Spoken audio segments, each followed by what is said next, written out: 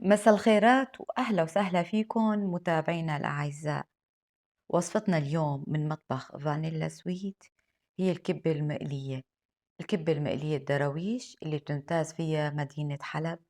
وأهلا وسهلا فيكم، بتمنى تتابعوا الفيديو للأخير.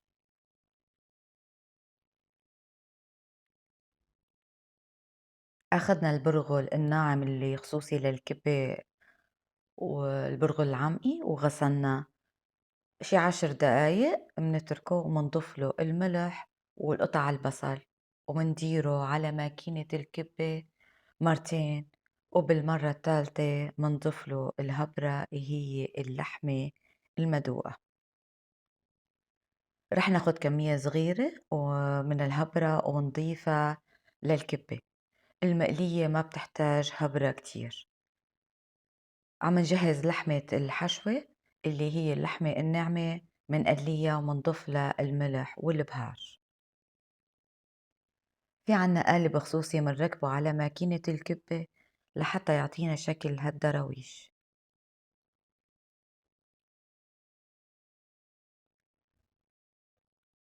ورح نظبط الدرويش، منسكر بدايته مثل ما تكونوا ملاحظين، ورح نملأ الدرويش باللحمة والمكسرات والبصل المقلي.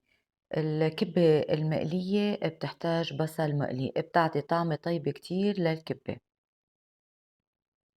رح نسكر النهاية بالشكل مثل ما واضح بالفيديو.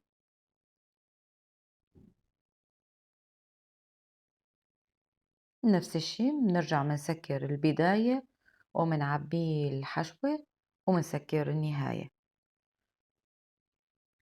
بس انتهينا من الدراويش رح نضعهم بالفريزر، وبيكونوا جاهزين للاستخدام إمت ما حبينا.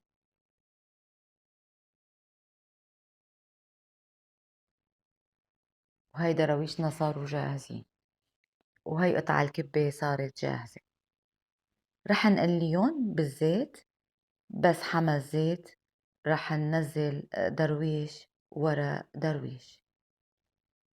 بالبداية بيكون الزيت حامي ماكن عالي، بعدين منوطي شوي، بنرجع منعلي، لأنه إذا الزيت دائما عالي بتحترق الكبة من برا ومن جوا ما بتستوي.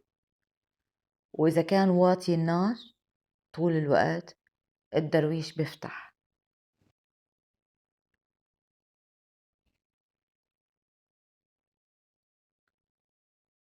عم نحركهم لحتى نشوفهم إنه أخدوا اللون الحلو،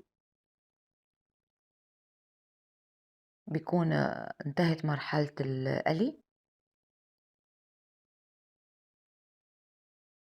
وهي قلينا هالدراويش وصحننا صار جاهز.